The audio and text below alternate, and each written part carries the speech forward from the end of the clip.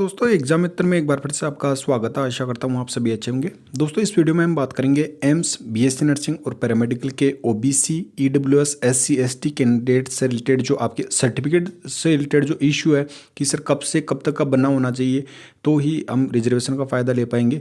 तो सारी जानकारी आपको इस वीडियो में मिलेगी और साथ ही जिन स्टूडेंट का एप्लीकेशन फॉर्म रिजेक्टेड शो हो रहा है तो उनका कब तक अपडेट हो सकता है, क्या न्यू अपडेट आई है, तो वीडियो को शुरू से अंत तक जरूर देखिए। अगर हमारे चैनल पर नए हैं चैनल को सब्सक्राइब करें, बेल आइकन को दबाएं जिससे कि आने वाले सभी वीडियोज़ की नोटिफिकेशन आपको मिल सके। तो दोस्तों सबसे पहले जो ये अभी लेटेस्ट एक नोटिफिकेशन जारी किया गया था जिसमें आपकी सीट पोजीशन है वो इंक्रीज़ की गई थी। दो आपके एम्स हैं, एम्स बठिंडा और एम्स कल्याणी, तो उनमें बीएससी नर्सिंग कोर्स 21 सेशन से एडमिशन है स्टार्ट कर दिए गए। उनकी सीट मैट्रिक्स मैंने ऑलरेडी आपको वीडियोज़ में बता रखी है और टोटल कितनी सीट मैट्रिक्स है उसके बारे में भी बता रखा है। तो 21 सेशन से ही आपका जो इनमें एडमिशन प्रोसीजर है वो फिल किया जाएगा और जिन्होंने एप्लीकेशन फॉर्म फिल कर रखा है तो वो इसमें अपना जो प्रेफरेंस है वो भी फिल कर सकते हैं। बात करें दोस्तों आपके जो इकोनॉमिक वीकर सेक्शन है उनके लिए भी इसी नोटिफिकेशन में नीचे ऐड किया गया है। तो आप यहाँ पे देख सकते हैं कि जो ईडब्ल्यूएस कैटेगरी से बिलोंग करते हैं तो बीएससी नर्सिंग और पैरामेडिकल दोनों कोर्सेज के लिए एग्ज़ाम डेट तो आपकी कंफर्म है 28 दिसंबर 2021 को आपकी एग्ज़ाम डेट रहेगी। तो जो इनकी इशू डेट है 1/4/2021 से 31/10/2021 के बीच में आपका बना होना चाहिए। अब काफ़ी सारे स्टूडेंट ये करेंगे कि हमारा इस डेट को बना हुआ है तो हमारा वैलिड है या नहीं है। तो अगर आपका इस डेट के बीच में बना हुआ है तो आपका 100% वैलिड रहेगा। ये ईडब्ल्यूएस के लिए है तो 1/4/2021 से 31/10/2021 के बीच में। तो अगर इसमें आपका 1/4/2021 दे रखी है और अगर इससे एक दिन पहले का भी आपका इशू डेट है तो आपका वैलिड नहीं रहेगा। एक दिन पहले की भी और एक दिन बाद की भी अगर इशू डेट है तो भी वैलिड नहीं माना जाएगा।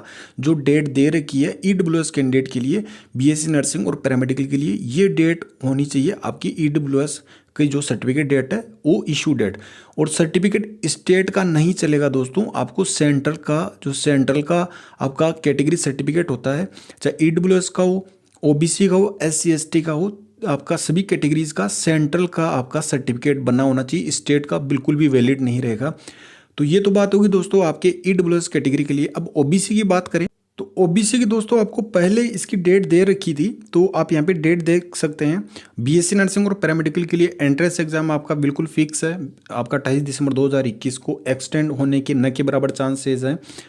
अब इसमें जो ओबीसी नॉन क्रीमिलियर है, ओबीसी में दो कैटेगरी होती है, क्रीमिलियर और नॉन क्रीमिलियर। तो एनसीएल जो नॉन क्रीमिलियर कैटेगरी से बिलोंग करते हैं तो उनकी जो स्टार्टिंग डेट है 15/6/2020 और जो आपकी लास्ट डेट इसमें दे रखी है 31/10/2021, तो इस डेट के बीच में आपका बना होना चाहिए। इससे एक दिन पहले अगर बना हुआ है तो वैलिड नहीं होगा।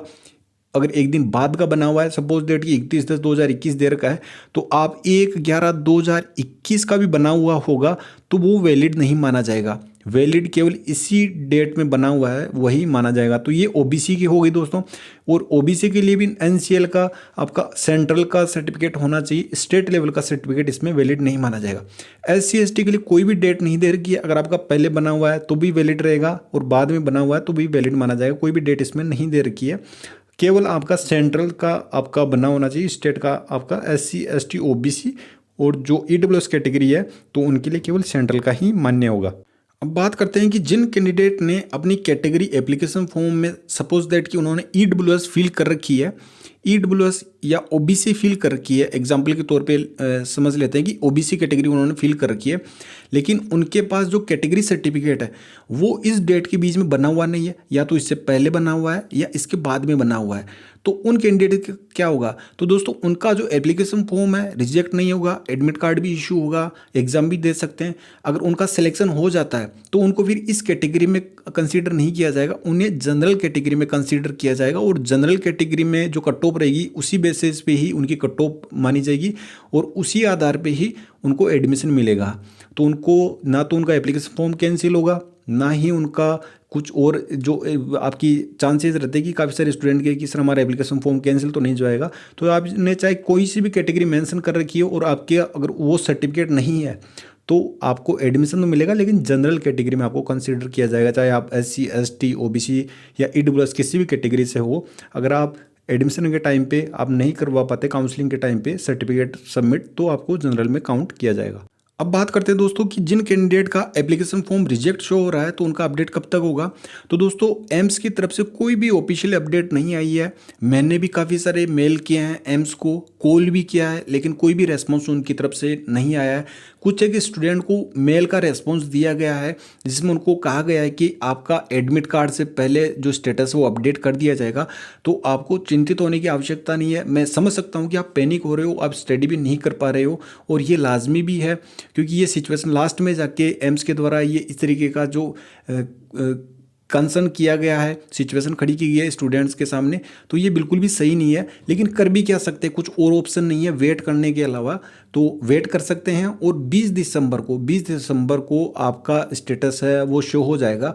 और दोस्तों पैनिक उन स्टूडेंट को होने की आवश्यकता है अगर उन्होंने डिटेल्स अपनी गलत फिल कर रखी है तो उनका रिजेक्ट रहेगा। अगर आपने ऑलरेडी अपनी डिटेल्स सही फिल कर रखी है तो आपका एक्सेप्ट हो जाएगा और आपका एडमिट कार्ड भी इश्यू हो जाएगा। तो आप ये बिल्कुल भी चिंता ना करें। आपने ऑलरेडी जिनका पहले एक्सेप्ट था लेकिन फिर बाद में उनका रिजेक्ट शो हो गया, लेकिन अगर आपने डिटेल्स कंप्लीट फिल कर रखी है, सही और करेक्ट डिटेल्स है, तो आपका 100% आपका जो एप्लीकेशन फॉर्म है वो एक्सेप्ट हो जाएगा और आपका एडमिट कार्ड भी इश्यू हो जाएगा। तो आप इस चीज़ को लेके आप बिल्कुल भी पैनिक ना हो। पैनिक आपको अपनी स्टडी पे होना है कि इतना कम समय बचा है और इस कम समय में लाखों की संख्या में एप्लीकेशन फॉर्म फिल किए गए हैं, तो उसमें सिलेक्शन लेने के लिए आपको किस तरीके से अपनी प्रिपरेशन करनी है वो आपके जो इश्यू है रहना चाहिए। तो आप ये सोच रहे हो कि हमारा रिजेक्ट हो रहा है तो रिजेक्ट ही रहेगा, ऐसा नहीं है। लगभग जो जितने भी स्टूडेंट हैं सभी के साथ ये इशू हो रहा है, कोई एक पर्टिकुलर स्टूडेंट के साथ में नहीं है, सभी का ही रिजेक्ट हो रहा है। तो आपका सभी का एक्सेप्ट हो जाएगा। आपकी डिटेल्स कंप्लीट है, आपका पहले एक्सेप्टेड था फिर बाद में रिजेक्टेड हुआ, तो आपको पैनिक होने की नहीं है। आपको केवल अपनी स्टडी फोकस करना है। अगर लाखों की संख्या में जो फॉर्म फिल किए गए हैं सभी का यही ड्रीम है कि उनको एम्स BSN का पैरामेडिकल में एडमिशन मिले, उनका सिलेक्शन हो। लेकिन उनमें केवल उन्हीं स्टूडेंट जो क्रीम स्टूडेंट होते हैं, जो अच्छे से स्टडी करते हैं और जो स्मार्टनेस के साथ में स्टडी करते हैं, उन्हीं का ही सिलेक्शन हो पाता है। तो आप उस लिस्ट में अपनी जगह बना पाने की कोशिश करें और लास्ट टाइम में आप पूरी शिद्दत से अपना पूरा 100% दीजिए, जिससे कि आपको कभी भी रिग्रेट फील ना हो कि वो टाइम आपने ऐसे ही वेस्ट कर दिया। तो काफ़ी सारे स्टूडेंट जैसे कि इंस्टाग्राम पे मैसेज आते हैं, मैं उनको यही समझाता हूँ कि आपका फॉर्म एक्सेप्ट हो जाएगा और ऑलमोस्ट सभी का हो जाता है। एम्स के द्वारा ऐसे कोई रिजेक्ट नहीं किया जाता है कि कुछ छोटे से इश्यू के लिए भी रिजेक्ट कर दिया जाए, सभी का एक्सेप्ट हो जाएगा।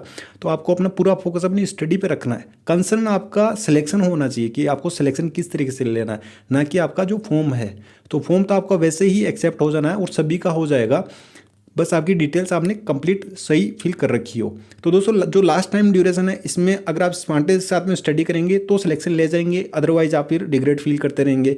तो उसके लिए दोस्तों मैंने आपको डिस्क्रिप्शन बॉक्स में मॉक टेस्ट पेपर का लिंक प्रोवाइड करवा रखा है, वो जरूर अवेल करें। और साथ ही जो ऑब्जेक्टिव ई बुक है उसको भी अवेल करें।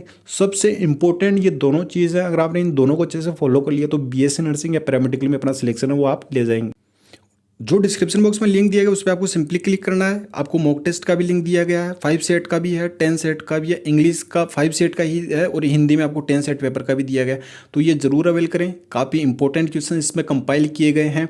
अगर आप ये मॉक टेस्ट भी अवेल करते हैं तो इसमें से काफ़ी सारे ऐसे क्वेश्चंस हैं जो आपको एज इट इज़ आपके एंट्रेंस एग्जाम में भी देखने को मिल सकते हैं। तो आपको एक अच्छी अपॉर्चुनिटी मिली है, इसका फ़ायदा उठाइए। और लाखों की संख्या में अपनी जगह बनाना चाहते हैं दोस्तों, तो आपको स्मार्टनेस के साथ में स्टडी करनी होगी, थोड़ा सा सेक्रीफाइस करना होगा और थोड़ी सी मेहनत करनी होगी। अगर आपको इतने पैसों में ही अगर आपको एम्स मिल रहा है दोस्तों, तो फिर इससे अच्छी चीज़ क्या हो सकती है।